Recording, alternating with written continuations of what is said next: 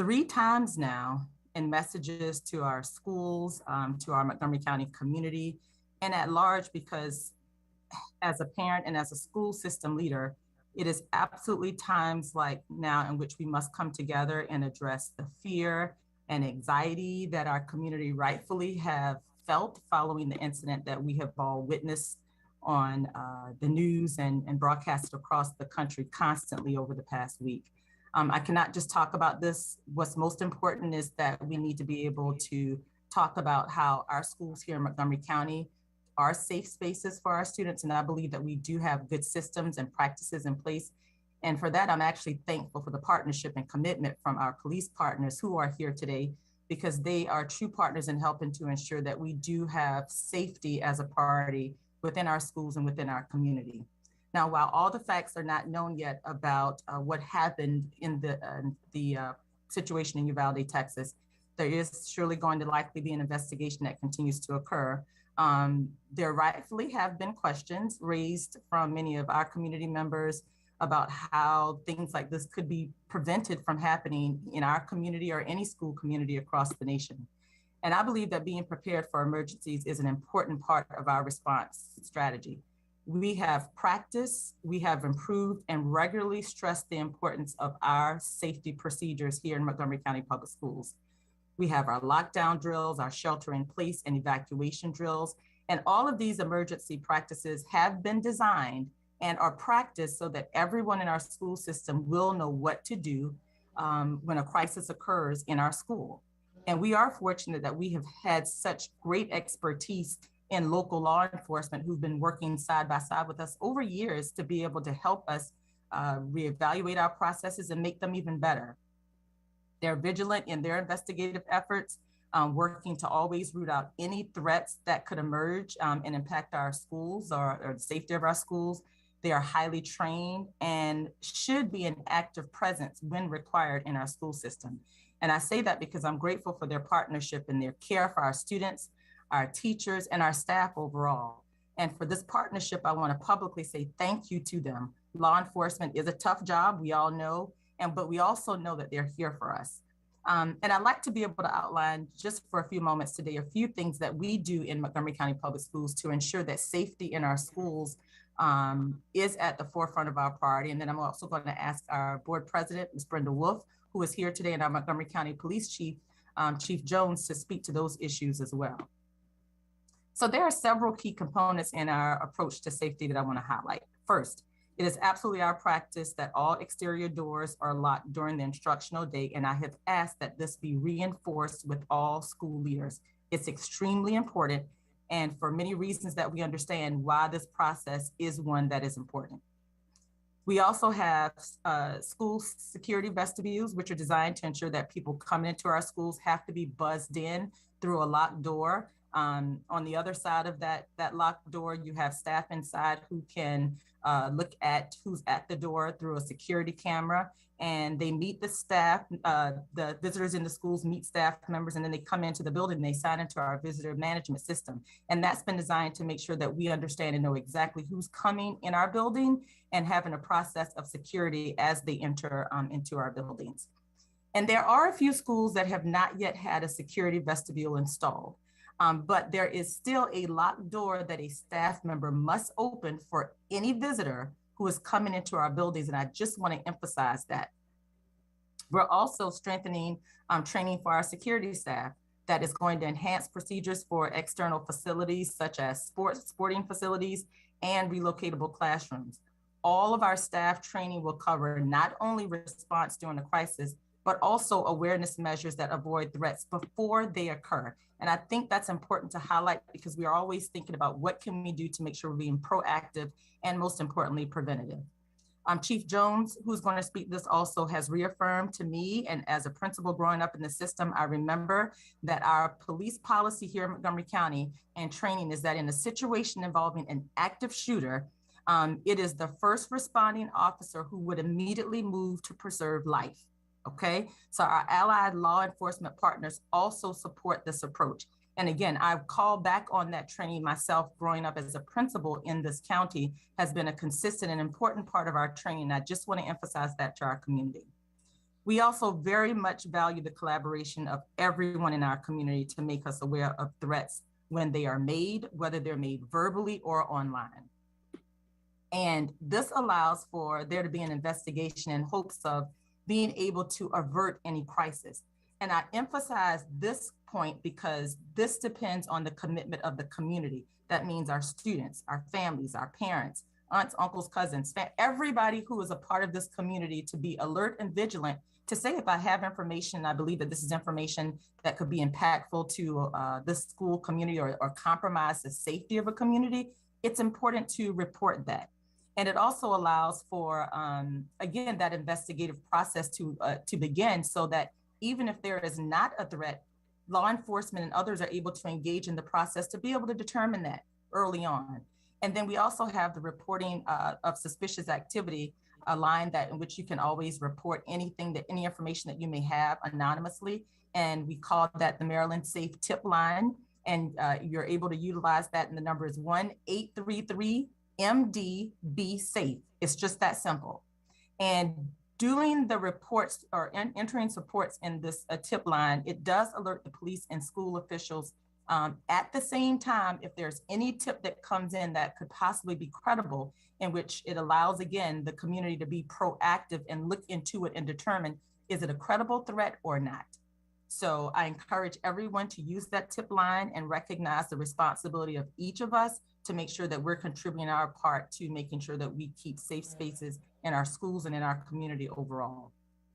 Schools and all police agencies in Montgomery County have a long established and robust partnership. And I also highlight the recent agreement guiding our community engagement officers is an excellent example of that.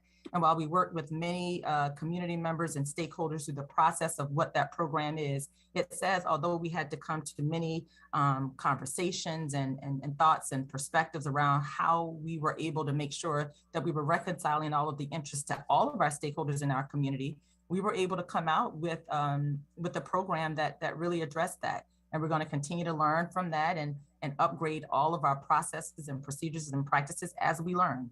The police department and MCPS staff regularly undergo the training for how we implement all of these programs. And I must say that regular training on emergency procedures, including those related to an active shooter incident, is one that we engage in on a regular basis.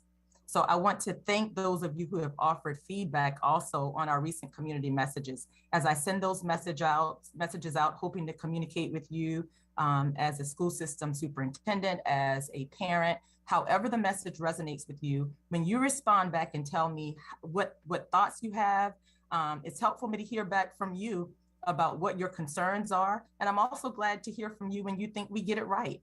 And so being proactive in that communication, especially after incidents based on this past week, what's happened in Uvalde, Texas, we want to engage you in the discussion to at least bring comfort to you and letting you know what we're doing in Montgomery County. I also understand that our community is concerned about a perceived rise in violence. And, you know, they're concerned out there about the prevalence of weapons being available, especially guns. And there's concern that we do not mean what we say when we confirm our commitment to safety. And I will be the first to tell you, as the superintendent in Montgomery County Public Schools, this is absolutely my priority. It's all of our priority. We're here, the staff, community members, because our children, they're our prized possessions. I mean, this is why we're here. And as long as we're making a commitment to making sure that they can have the opportunity to look towards a bright future, and when that comes into making sure that we create safe spaces for them, making sure that they are getting the education that they need and deserve in our schools, that has to be at the forefront of what we do. So I share that with you because I want you to know that safety is absolutely one of my priorities, as any others that bring us to the point of saying, what is it that we need to do to ensure that our students have a long life ahead of them and one that is fruitful. So students and staff must be safe and feel safe to perform at their very best every single day. And we're doing everything in our power to make sure that they feel safe, and the things that and protocols that we put in place to help them feel safe is what allows them to be their best selves as they come forward every day to teach and support our students in our schools. And I'm referring that to our staff members. And I want to thank them for that, because even coming back into school this week, I recognize and know that it was not an easy week for everyone to come back in, and it wasn't just business as usual. And so I want to thank our staff members for coming in and knowing the importance of us working together and getting the information that we need to create that safe space for them and for our students, which then allows our families to feel more comforted. I've referred to this often, but the importance of us rebuilding trust with our families and staff as MCPS is one of also my highest priorities. And a part of rebuilding that trust is for you to know that my commitment to safety is present and always is. And I am working every day to make sure that our schools are safe spaces to learn and to work. And so our partners are here today, and I know they feel as I do. While these are my words, we've had many conversations and made many commitments on planning for how we work in partnership on behalf of our students and community that allow me to say that these are my words, but I know they share the same sentiments. And so as a community, we must continue to maintain this shared commitment to keep each other safe. So at this time, I'm going to turn it over to the President of the Board of Education, Ms. Wolf, for a few comments. And then we're going to hear from Chief Jones, our County Executive, Mr. Elrich, and our County Council President, President Albornoz. Thank you. Thank you, Dr. McKnight. Good afternoon. I'm Brenda Wolf. I'm the President of the Board of Education. You know, it's been a tough week for us. I, my board colleagues, and our entire nation feel a deep sense of grief about the senseless killing of school children last week in Texas.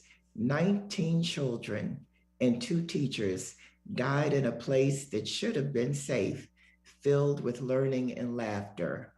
Many of you know that I have a grandson in elementary school and a daughter that teaches in this system. So this was very personal and scary. And I'm sure that they're tired of being hugged, but I felt like I just had to hold them quite a while after this. Our schools must be places of learning, of growth, of exploration, and of joy. Because of what has happened at Robb Elementary and similar school shootings, many now have to worry about safety in school. This is unacceptable. We must collectively do what we can do to change the culture of violence that has so devastatingly impacted our school communities. We all have a role in creating this change. As a community, we must teach our children how to manage conflict and solve problems, and we must take steps to convince society that school violence is a national crisis. We must also address the mental health issues that our children carry with them. We will continue partnering with law enforcement and governmental agencies to help keep our schools safe. As Dr. McKnight said, we do have emergency procedures in place, and I've seen the students and staff practice these procedures. I have great hope that because of our ongoing practice and training, we are doing what needs to be done to keep our schools safe. It is my deep belief that our school leaders are committed to safety first as an approach, and I want our community to be aware of that. As I said, I'm a mother, I'm a grandmother, and I am an advocate for children. I'm asking our community to join us in this commitment. Make us and the police aware of any threats you see online or hear about. Report them. They will be investigated. We all must be vigilant. So I look forward to hearing from Chief Jones about this work. And I know that if we all work together, we can make a difference. Speaking for my fellow Board of Education members, we are committed to doing all that we can do to heighten safety in our schools. Thank you. I'll now turn it over to Chief Jones. Thank you, and good afternoon, and thank you to our Board of Education President, Mrs. Wolf, as well as Dr. McKnight. And I really do appreciate our partnership in order to maintain a safe school environment, which is a very, very important mission of our police departments, all of our law enforcement agencies throughout Montgomery County for public safety. I also want to thank the county executive, Mark Elridge, as well as Council President Albornoz for joining us today to highlight the importance of this very important topic. And as important, I want to thank my fellow law enforcement chiefs and Sheriff Popkin for joining us today in a really a sign of solidarity that is vitally important in the public safety realm, as we are partners in so many aspects of public safety throughout the county, and the school system being a major part of that. First and foremost, I want to state that I want to make sure that as many are dissecting what happened last week in Texas through that terrible tragedy, I don't want to necessarily comment on the actions of those, because there's much more to be found. But what I would like to stress is to talk about what we have been doing in Montgomery County for a long period of time, and what we continue to do, what we find as important in response to training. And one of the most important aspects of being prepared is that you have to train. And for over 20 plus years, Montgomery County Police and the law enforcement partners that are represented here today have been significantly involved in training to any active shooter incident, particularly at our schools. And we've been doing that since Columbine happened so many years ago. But we have not only embraced the training, but we have enhanced that training with more tools and more things available to our officers. As Dr. McKnight noted, what is the philosophy of our actions when we are responding to an active shooter in case? It is clear that all officers know, as we have trained them from the days that when they were in the police training academy, through their in-service training, that they are to go in and to basically be able to destabilize that threat, to eliminate the threat that's causing harm in any school environment in an active shooter situation or any active shooter. We've also trained extensively, no matter what agency you're from, that we are put together as teams for an immediate action team plan that goes in, and we have those officers going in with additional tools such as ballistic shields, breaching tools, and other equipment that they have, that they're able to address any threat at any time, whether it's a locked room or not.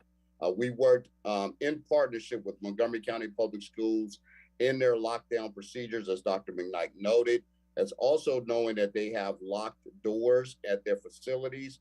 But we have created a plan that allows our officers to make entry into those incidents no matter what, based upon access to the school, which MCPS has partnered with us over the last few years in order to allow our officers to make entry into those schools no matter what those circumstances, whether the doors are locked or not.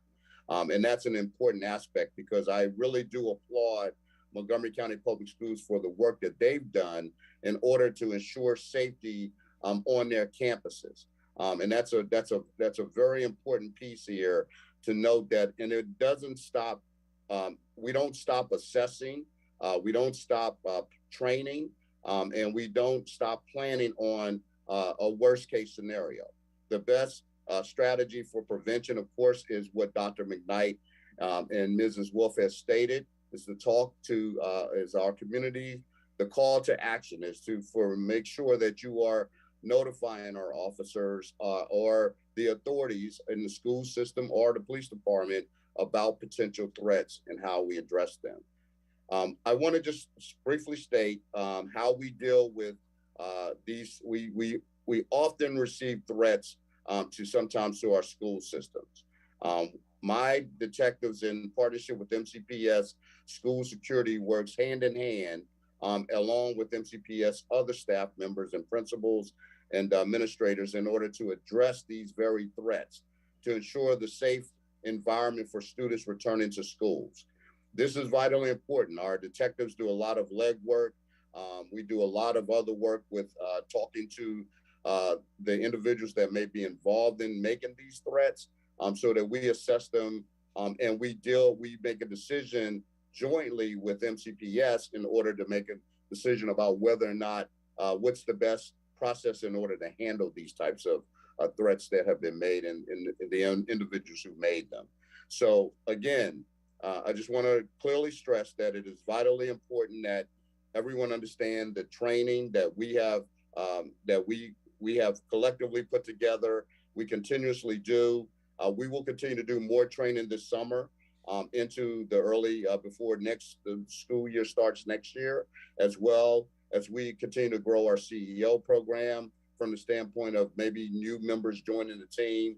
But again, when new staff joins MCPS, we all still must collectively understand what is our safety plans and how to effectively carry them out. So thank you very much. And I believe at this point in time, I'll turn it over to Mr. Eldridge, our county executive. Thank you, Chief Jones. I want to thank Dr. McKnight and President Wolf for organizing this important conversation. Nobody's going to find any distance between any of us and how we respond to this. I want to be clear about that. No one's going to tolerate these kind of actions. No one's going to be indifferent to how we respond. And we're going to make sure that we have the tools and the people in place in order to make sure that our schools are as safe as we can possibly make them. Gun violence is a tragedy, no matter where it happens, when it happens, or who it happens to. And violence or abuse involving children in any form or fashion should be unimaginable, but it's certainly unacceptable. And this past week, our nation and county has had to come to grips with yet another mass shooting of elementary school kids. Students, parents, teachers, and support staff are scared, they're outraged, and they worry about what's going on and what's going to happen to their school. And, you know, I can only think back on my own experience as a teacher during the sniper, and understanding the real fear and real concern that people had about people's safety at a time when no one knew what to expect and who to expect it from. We're very much in that situation now, and I will say that incidents like the one in Buffalo do not help. They contribute to a broader sense of instability and insecurity, because it's obvious there are a lot of extremely unstable individuals out there who are willing to do incredibly awful things. And no one can rest easy knowing that that's the case. Certainly, I understand why people are feeling more concerned now than ever about their own safety.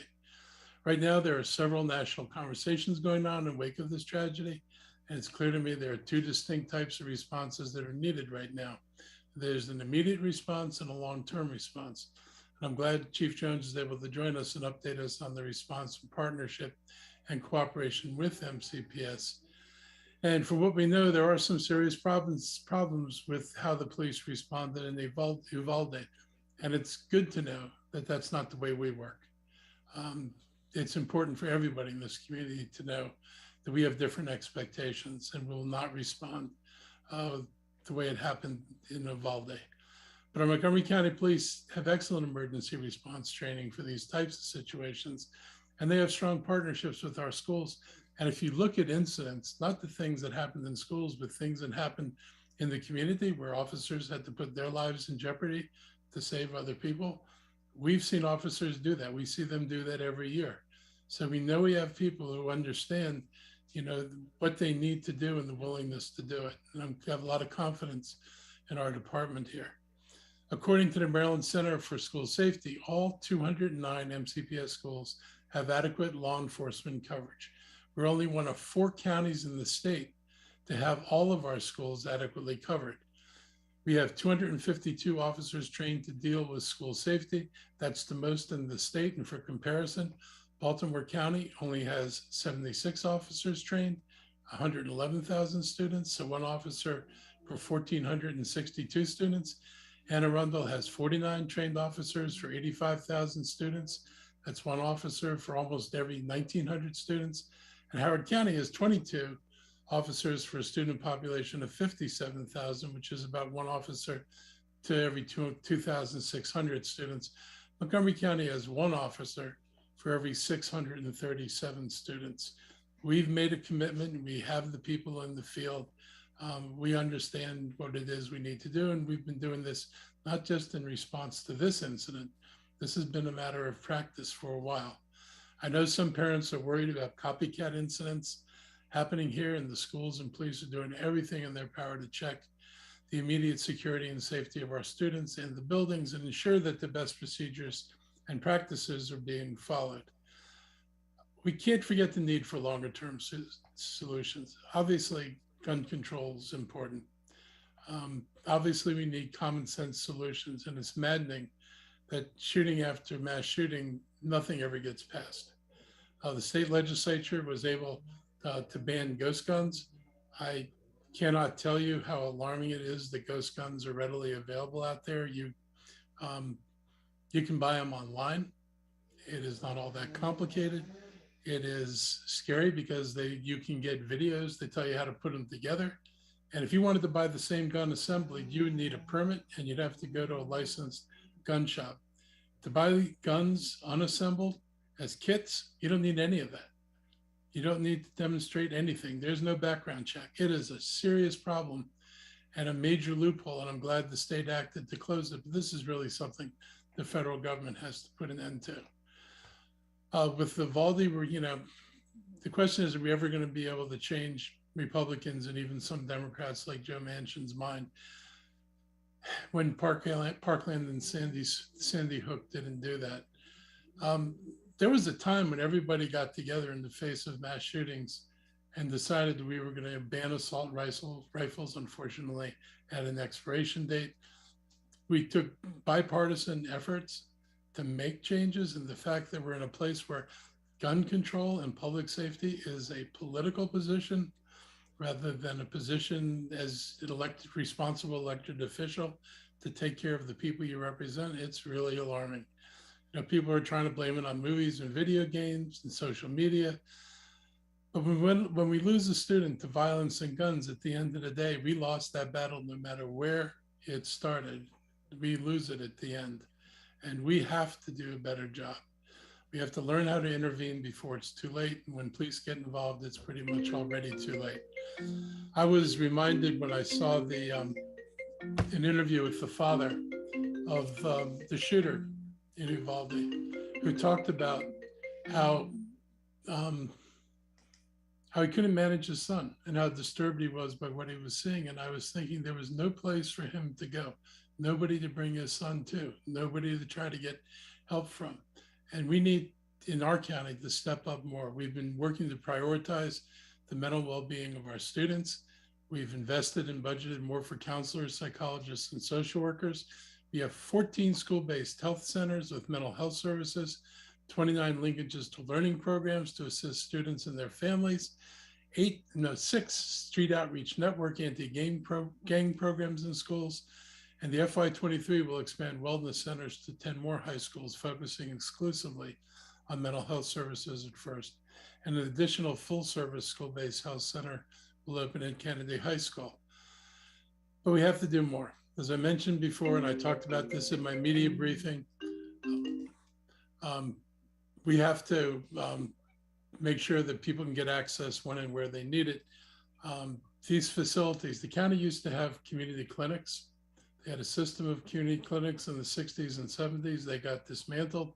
I'm asking people to look at what it would take to resurrect the community clinics and provide support that's accessible in the community, not just to children in school, but to some of the children out of school, young adults, and even older adults. When we look at even incidents in our schools, we see much of what's involved there is with people who are actually older than school age, not just school age children. And if we're going to deal with this, we've got to deal with it holistically. And we certainly have a community that's in crisis, and we need to do a better job and more to respond to it. So we'll be looking to roll out some thoughts on how to broaden mental health service availabilities in the county as a whole. I look forward to continuing to work with MCPS and MCPD and the Board of Education and the County Council to ensure that all of our school buildings are safe spaces for our students to learn and grow, free from fear. And when they need help, we have the help available to them. So I want to thank you again for putting this together. And I believe I turn this over to Bablanos. Thank you, Mr. County Executive. And I do want to thank Dr. McKnight, President Wolf, Chief Jones, for gathering today to show a united front in working at all levels of local government to do all that we can to safely protect our children, youth, families, the faculty, staff, and administration of these critically important places in our community. And I agree with everything that has been said so far. It is overwhelmingly depressing that with every single one of these tragic and maddening incidences, they come a little closer to home. And we are, as has been indicated, doing all that we can to ensure that our policies, our funding, our training is in line and is clearly communicating with each other. But there is always more that we can do. And from the council's perspective, I speak on behalf of all of my colleagues in expressing just our unimaginable condolences to the families in Uvalde and of all of the other victims of gun violence across this country, which have become so prevalent. And this has fallen into a pattern that is just absolutely overwhelming. And I agree with what has been said with regards to the need for us to focus on this at the national level, but at the local level, we do want to assure the community we are doing as much as we can. I'll highlight several examples. In this operating budget that we just recently passed last week from the council, in partnership with our school system, in partnership with the county executive's office and all of our sister county agencies, we significantly expanded mental health services for our youth through the expansion of wellness centers into every high school in Montgomery County, more than just the 5 that they are located in right now. We also expanded the infrastructure of our crisis hotline, and that number is worth repeating. That number is area code 240-777-4000. And anyone that is experiencing a mental health crisis or suspects that someone, one of their loved ones is experiencing a mental health crisis, should call that line. It is available 24/7. It can accept text messages. Referrals can then be made. Support can be provided for people who are in crisis. And there is a partnership and network in place with our Department of Health and Human Services and our community-based organizations and providers to work systemically in addressing the mental health needs of our residents. We have also placed funding to, as best we can, transition to the new national 988 call-in number for mental health crises, which will transition on July 16th. And our nonprofit providers who have the contracts to be able to carry out this critically important service, we increase the funding for those organizations as well to ensure that they have the support that they need. And we have also significantly reinvested and expanded services during out-of-school time for Excel Beyond the Bell, as well as sports-based programs, arts-based programs, and activities where children and youth have an additional opportunity to interact with a caring adult who has been trained in how to support them and can also make referrals if an incident occurs or if a youth brings a situation to those caring adults' attention. We are working from a policy level as best we can to curb the gun control, the gun violence that we're seeing in our community. And prior to the General Assembly passing their legislation, which went into effect today, the council last year passed a zoning text amendment to prevent the sale of ghost guns within a mile of every school in Montgomery County. That has now been superseded by this state bill, which is a good thing.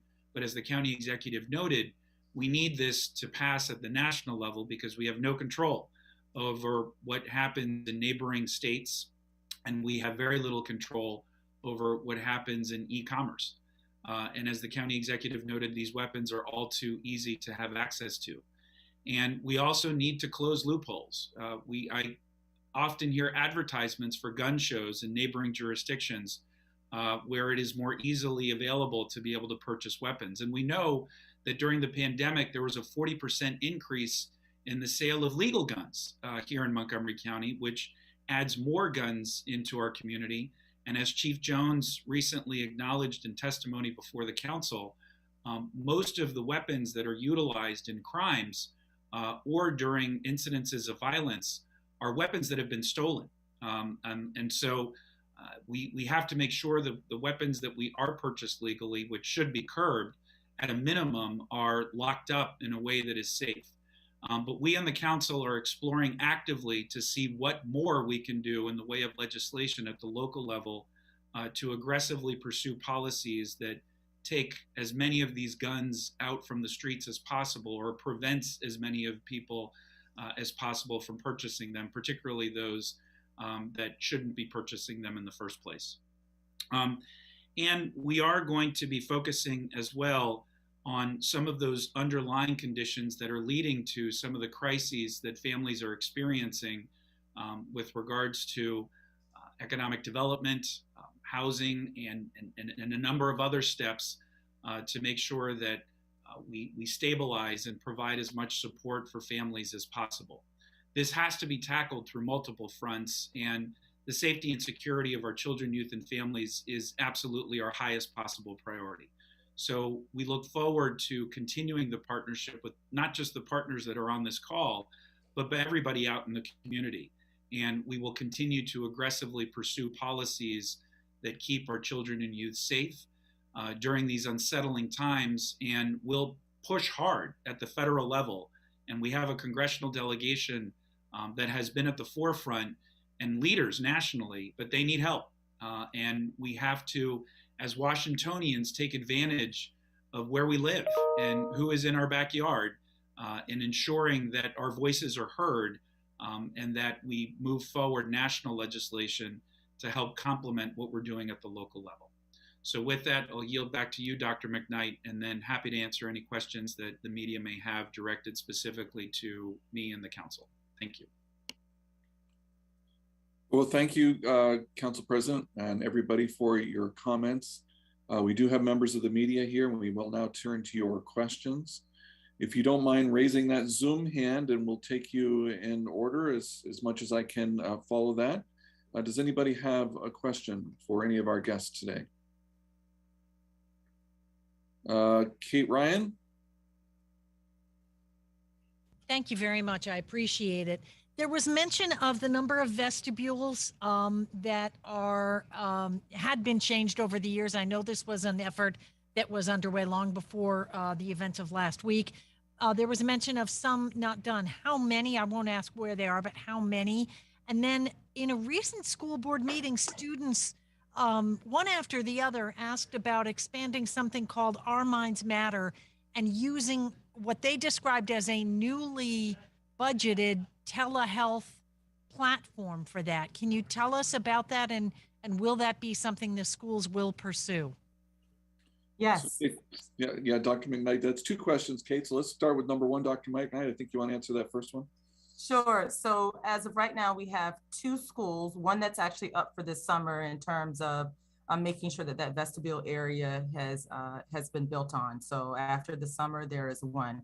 But as I noted earlier, we do not see that as a barrier to the progress of making sure that we monitor who's having access to the building, because even in after the summer, then the one school that won't have a vestibule built on, there still is the entrance process in which it is a locked door in which someone has to gain access to the school, and the office has to permit that.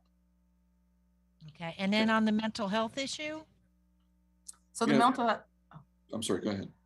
Yes, okay. So yes, our students came forward to a board meeting last week and really emphasized the importance of us expanding that program. And we are working with them and looking to make sure that every school that has an interest in utilizing that program, making sure that we're working, that advisors and others who can be available to help that program be in places there. But Kate, you bring up a good question, because there's always a balance of how we are sharing or having the conversation between safety and addressing the mental health issues. And it's always that you're doing both simultaneously and all the time, because they both are needs that always exist and we have to address them.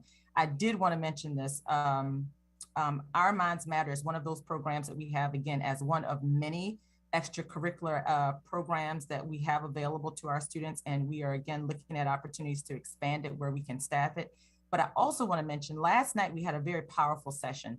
I saw that we have our county executive here, and he's aware because we work closely with the Department of Health and Human Services to do this. But last night at Seneca Valley, we held our first of many forums entitled "Your Story Matters." And it's a mental health forum that we held at Seneca Valley last night. Over 150 families attended. It was our parents, caregivers, community members, and they all came out and they wanted to hear about what are the resources that we have available as a school system, as Department of Health and Human Services, to make sure that we know what the needs are and that they're easily accessible to our community. And we're proud to participate in partnerships like that with the Department of Health and Human Services, because it should be that we're always looking at how we are able to combine those efforts to make sure that every child, every family get what they need so that the stressors of life do not impact them in a way in which they go to options that really are hopeless, that end up in these situations. And so we had therapists on site, we had social workers, counselors, therapeutic staff, everyone available, and the sessions were packed. And I emphasize the sessions being packed because it just shows that there is a need, and our community members are coming out and showing up saying, you know, we want to be proactive in assessing the resources that are available to our students and then to our families. So just to be clear, that you're just looking at Our Minds Matter right now, or will you, because it sounds like the students were saying this is something you could do easily, quickly, and they feel it works in their schools. They don't know why it's not available in all schools. So right now, Kate, to be specific, we have Our Minds Matter existing in 17 of our high schools and 2 of our middle schools. So we do have it implemented in a total of 19 schools within our system. Our students were advocating for expanding that program into more schools. And so we have committed to being able to look at which schools are interested and want to host that program on behalf of our students who may find that program advantageous for them, and expanding it as just another resource. Thank you. All right, thank you, Kate. We have next Suzanne Pollock, then Mr. Shear, then Ms. Ramirez, and then Ms. Cho. Suzanne? Thanks. I would imagine if you had held a similar press conference in Uvalde, Texas, like a week or 2 ago, they would have said that they were prepared and trained. How do you convince parents that you really are ready, not that you can be totally, but you really are ready to handle a situation? Thank you. I'll begin by saying this is where communication and proactive communication becomes really important in our community. And earlier in my comments, I emphasized the importance of reestablishing trust. And yes, we do have emergency preparedness drills as an example of something that I highlighted earlier. But here's what's most important about what we do. As we have these incidents that occur, incidents that may occur in our own community, incidents that occur in other places nationally, what we have the commitment to doing in collaboration with our internal safety and security office in partnership with the police department is using those incidents and learning from them to upgrade our practices, processes, and procedures to make them even better. And to me, that's how we strengthen the processes that we do have in place, and then communicate that out so that we're being proactive. And while no, that doesn't solve the issue of an incident occurring that we hope would not occur, what we do hope to accomplish in that is communicating that we're always thinking, preparing, and working to be proactive and learning from incidents to strengthen our processes. Chief Jones, if there's anything you want to add to that, I welcome you to share as well. Sure. Thank you, Dr. McKnight. And I would just reiterate the fact that, the extensive training in which we do, and again, you can have a lot of people rest on their laurels and think that they're trained and they're ready. But you always have to prepare for the next incident, and you have to adapt your training, and you have to look at previous events that and learn from those lessons in those particular incidents from the briefings that not only that we may have internally for incidents that may occur, it may not rise to the actions of an active shooter, but it's still a school safety issue that we learn from, very similar to incidents such as Magruder High School. So it's always a learning, and I think the community, again, in order to be able to try to get them to understand this, I think, again, trying to be really proactive and in the sense of sharing information in which, you know, we are partnering with MCPS and looking at a lot of the fabulous, I think, security programs that they have in place to ensure school safety in conjunction with our CEOs, says that we are still working and not stopping to learn about previous incidents as well as what is before us in everyday challenges.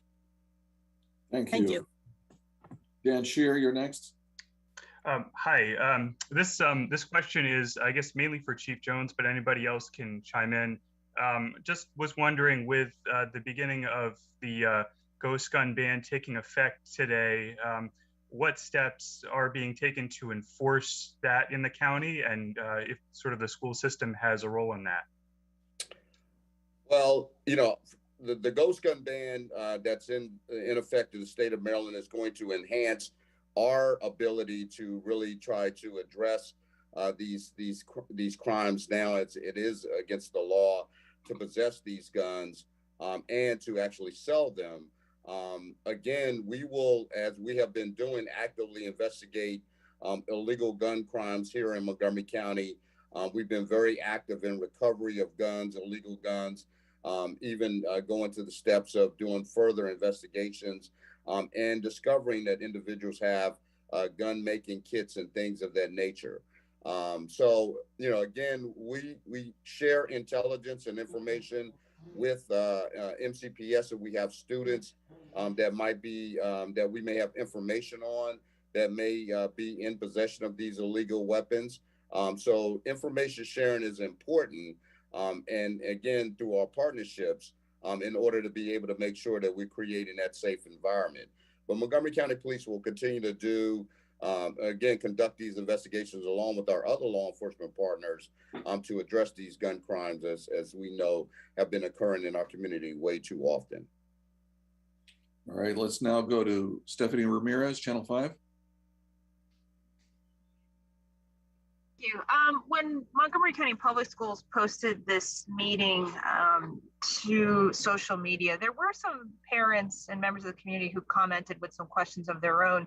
Particularly, there's a question on trailers that are outside of the school vestibule. Can you please talk about how those are protected with students moving in and out of those locations? Absolutely. And I'm going to turn it over to our Safety and Security Officer, Ed Clark, in just a moment. But I do want to emphasize the importance of our families coming on and making those comments, because we do read them. And based on that, we know what information to share with them to make them feel comfortable. I'll ask Mr. Clark to speak to this specifically, but we know that, you know, over the years, many parents have presented concerns about their children being out in portables. So what we have done is we've incorporated that into our training, specifically around safety and security, so that we are utilizing our portables and looking at the circumstances of in these situations that we have to address in terms of safety and security protocol. How would it look different or the same in relation to a portable? And so, Mr. Clark, I'll ask you to speak to that more specifically. Thank you, Dr. McKnight. Yes, and when we consider those portable learning environments to be an extension of the school campus, that's part of the school emergency crisis plan. It's part of our robust emergency drill preparedness and practice of our drills. We've also worked with our school administrators to make sure we have communication devices in those locations, so the event of a critical emergency, we can have immediate communication, certainly to 911, but more importantly to the school administration there. So again, that's part of our overall drill component. As the Chief said, Chief Jones and Dr. McKnight, we're always looking for opportunities to improve safety and security of our school buildings as well as our portables. So that's an integral part of our safety and security posture for every school in Montgomery County Public Schools. Is there any kind of process then to stop an adult or a stranger from entering, or have them sign in from entering if they are to access a portable? Those doors, as Dr. McKnight had indicated, as well as all the other exterior doors, are to be secured and in place, make sure. In our secondary schools, we have school security staff that make periodic rounds of the campuses. Certainly at the elementary school level, you know, we have a great building service team that's in and about those campuses. So again, the same thing, if we see something, we say something, but more importantly, we do something to bring it to the attention of the school administrator or to public safety as needed.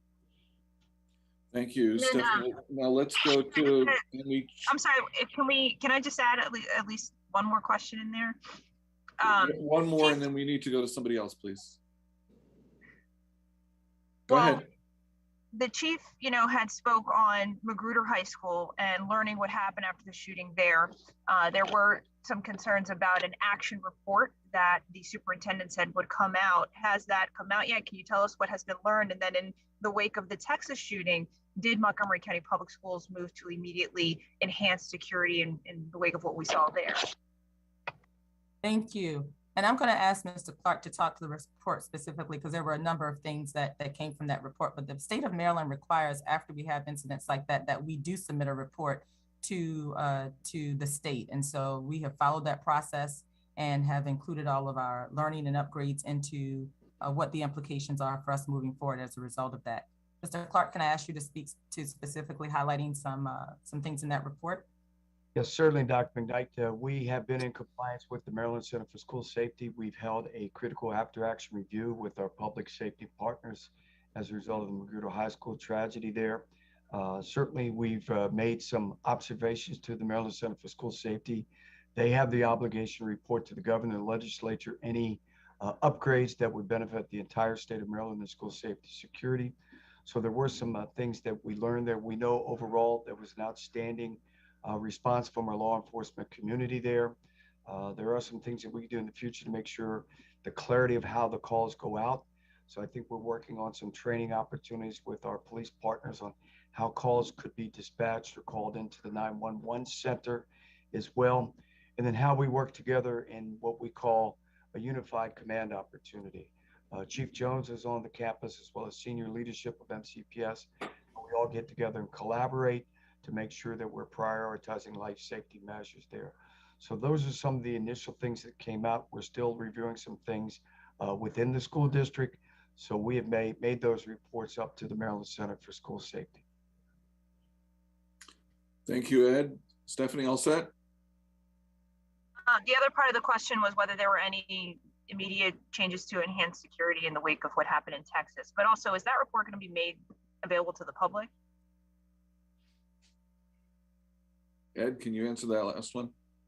Well, certainly there are some legal requirements that sort of, I don't want to say embargoes those reports, but I do believe that once the center presents their report to the governor of their observations, those will be public facing documents for the community to look at.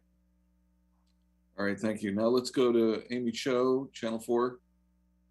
Hi, thank you for taking my question. If I could just briefly go back on the communication devices you referenced being put into the portables. What exactly does that look like? Is that a button? Is that a phone?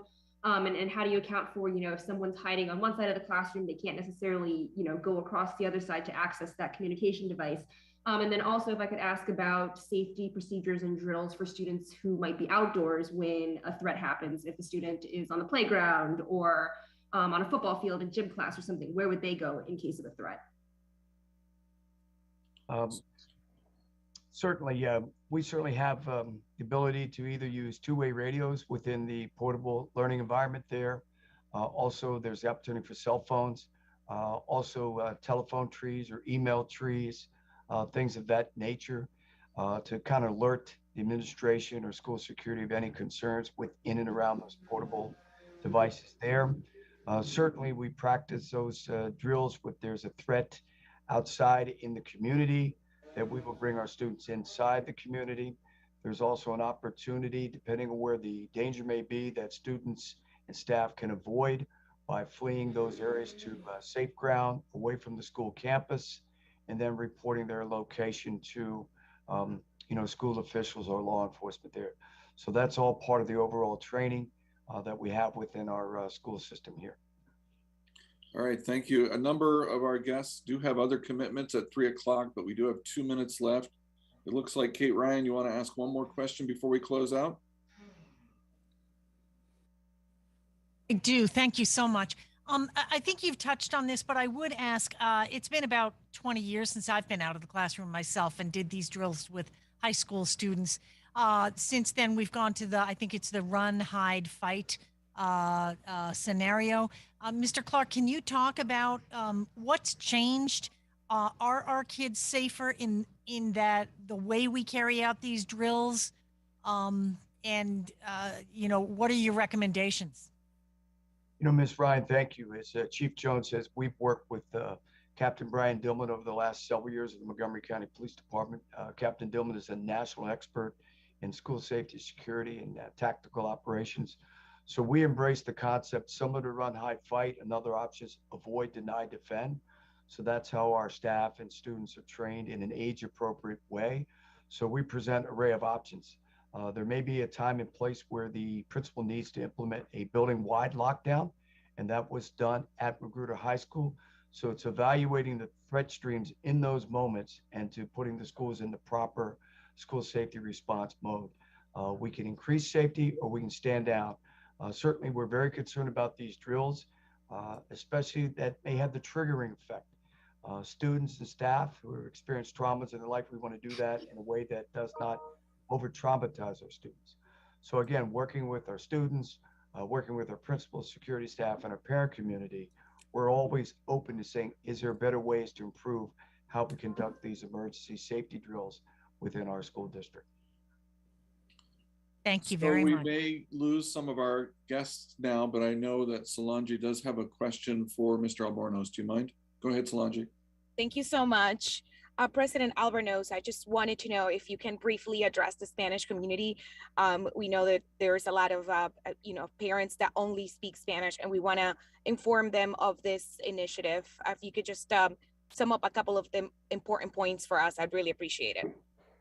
No, sí, gracias por esa pregunta. Estamos aquí unidos como una comunidad de líderes para confirmar que estamos haciendo todo lo posible para dar apoyo a los jóvenes que son estudiantes de nuestro sistema escolar y a los profesores que están enseñando dentro de las clases. Y hablamos hoy día sobre, tenemos más de 250 oficiales de policía que están entrenados en cómo intervenir cuando hay asuntos de emergencia dentro de nuestros colegios.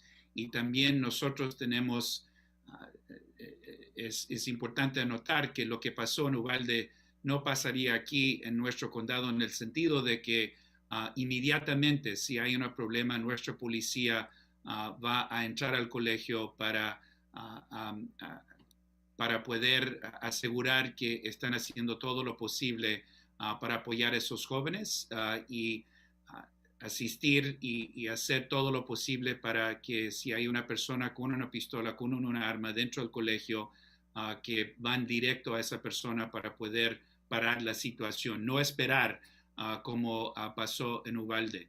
Eso también es importante. Y también es importante notar que nosotros tenemos información para gente que están en crisis de salud mental.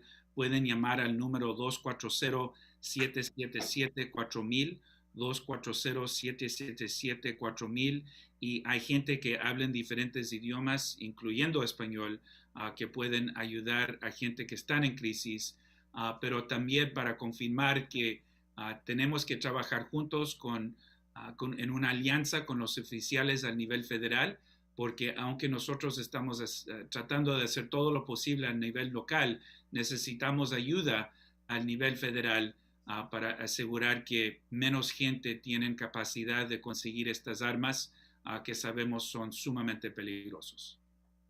Gracias. All right, well, thank you very much. I very much appreciate all of you that came and shared your thoughts today and joined this conversation. We're going to close it out there.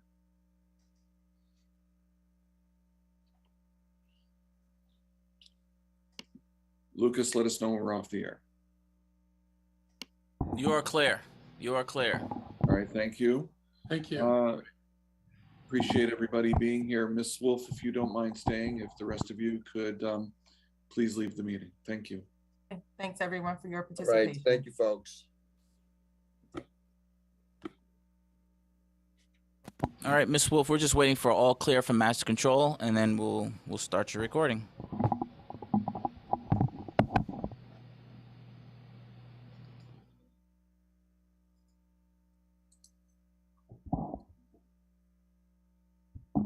Stand by.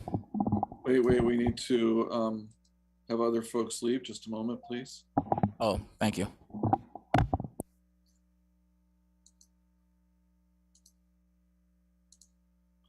I'm working on doing that, Lucas. Thank you, Chris.